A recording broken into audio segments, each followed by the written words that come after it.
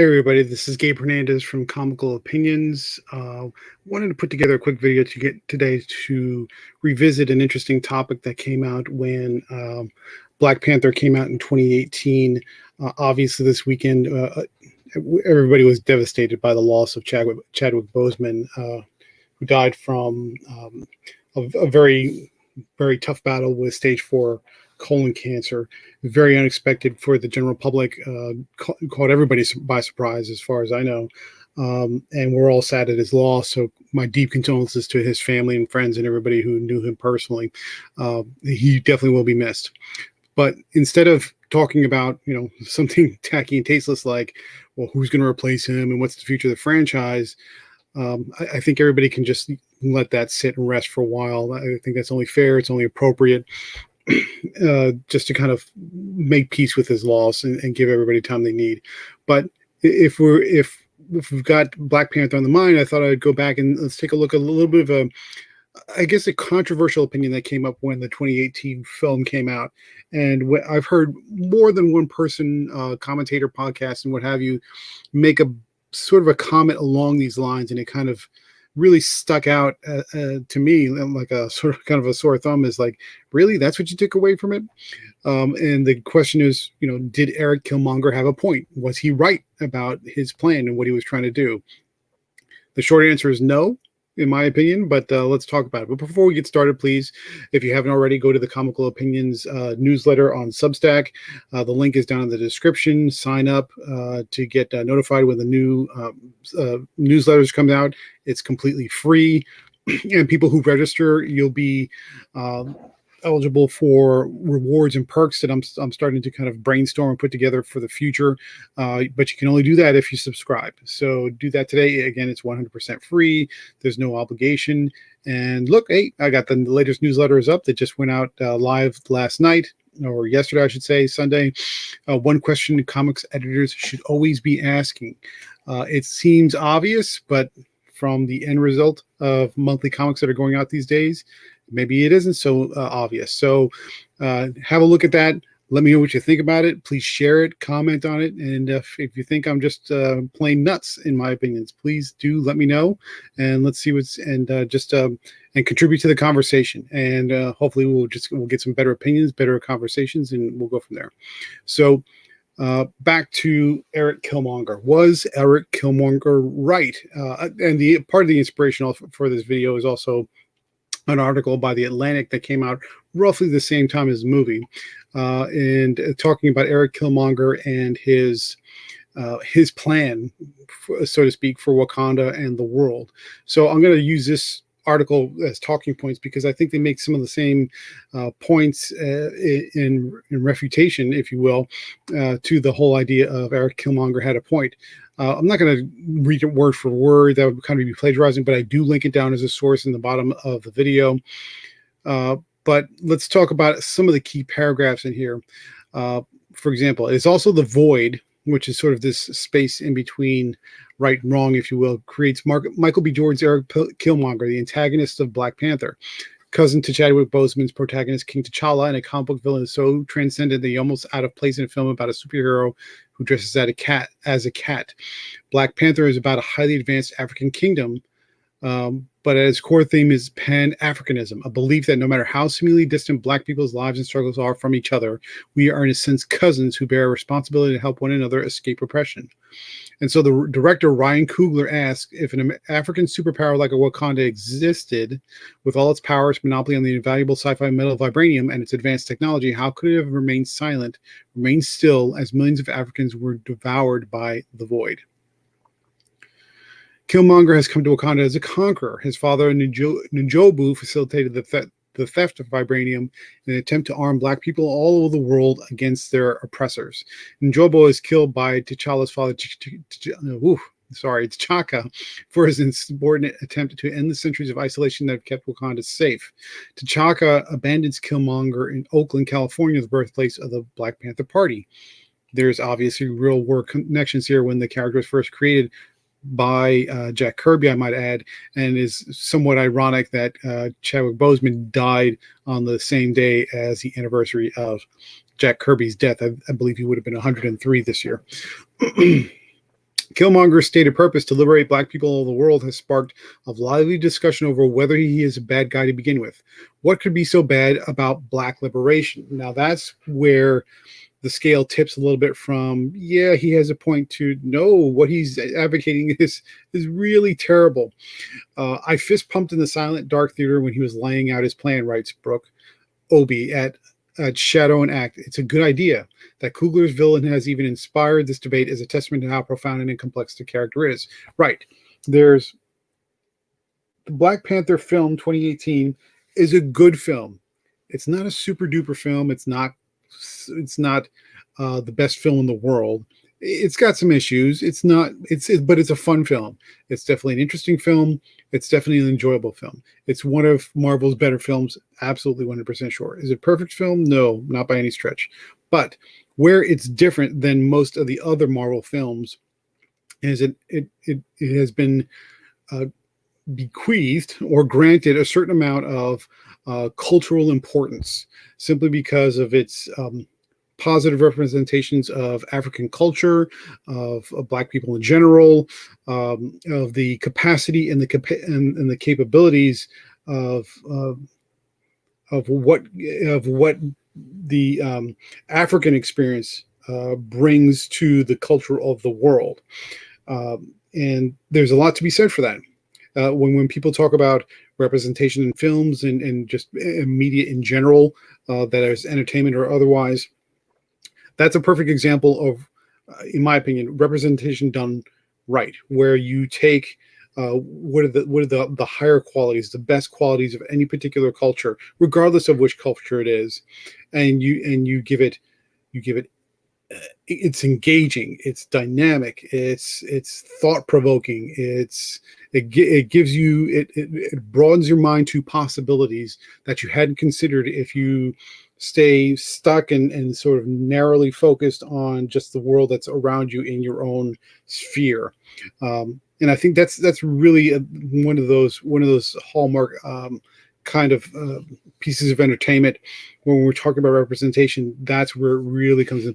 It's fictional. I mean, we don't have super powered individuals running around in catsuits for real, but it sort of brings home that whole sense of identity and sort of cultural specificity that I think people can really get into and really enjoy. And you don't have to be a particular race or color or anything else to enjoy it. And I think that's great.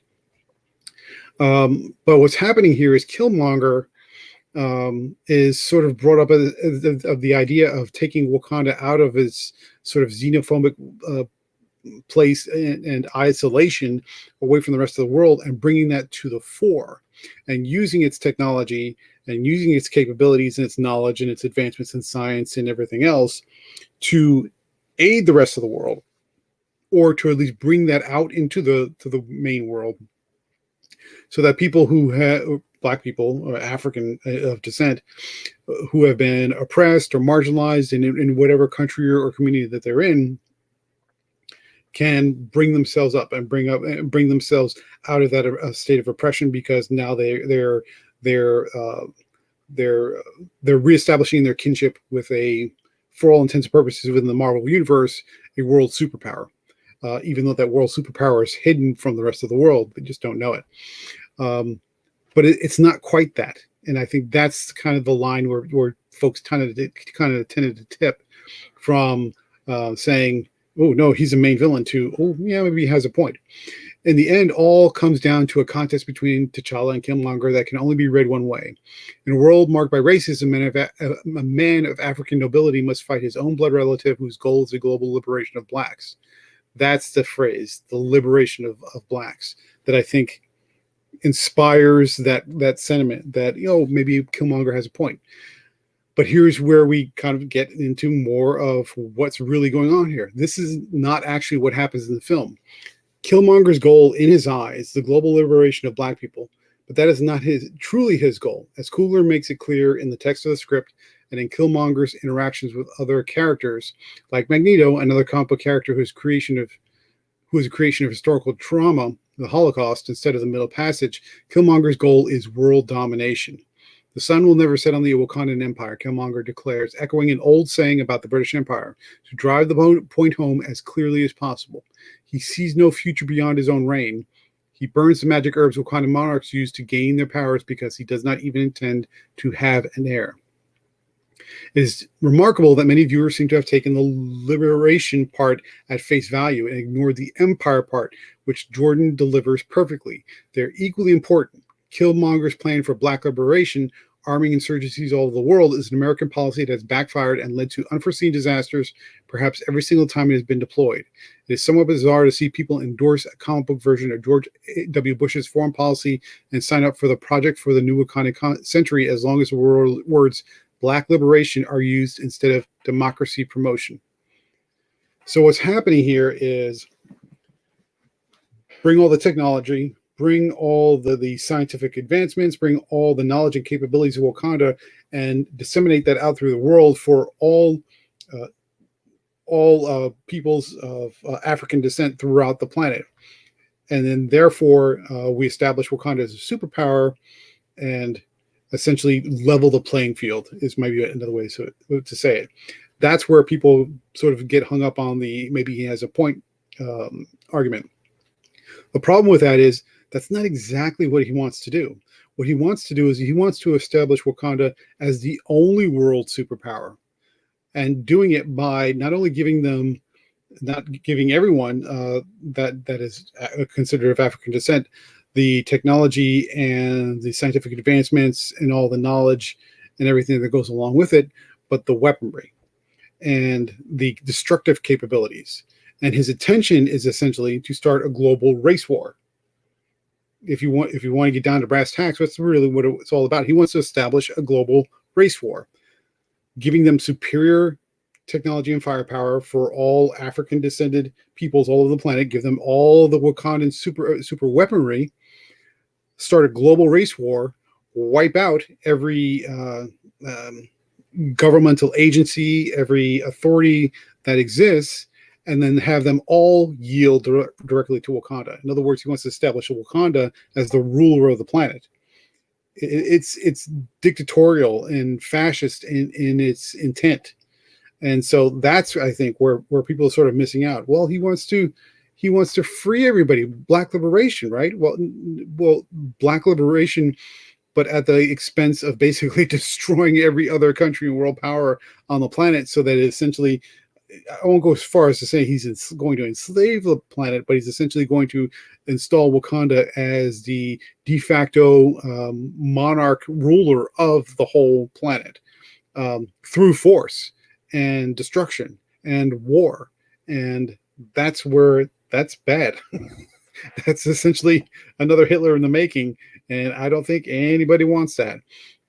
So I love Michael B. Jordan's portrayal of Erik Killmonger.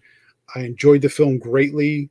I think I don't know if there's a future for the franchise now that Chadwick Boseman has passed, but I think it would be a terrible shame if we never saw these characters again, if they never had an opportunity to kind of shine on the screen again. I think there's a lot of potential for storytelling. And yes, within comics canon, no, 100%, no disrespect to Boseman's memory, but yes, it is comic canon that Shuri takes up the mantle of Black Panther for a time. So that's an obvious avenue that they could pursue if they want to kind of move the franchise forward.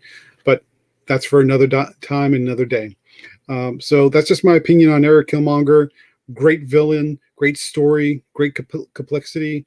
But was Erik Killmonger right? No, he was not.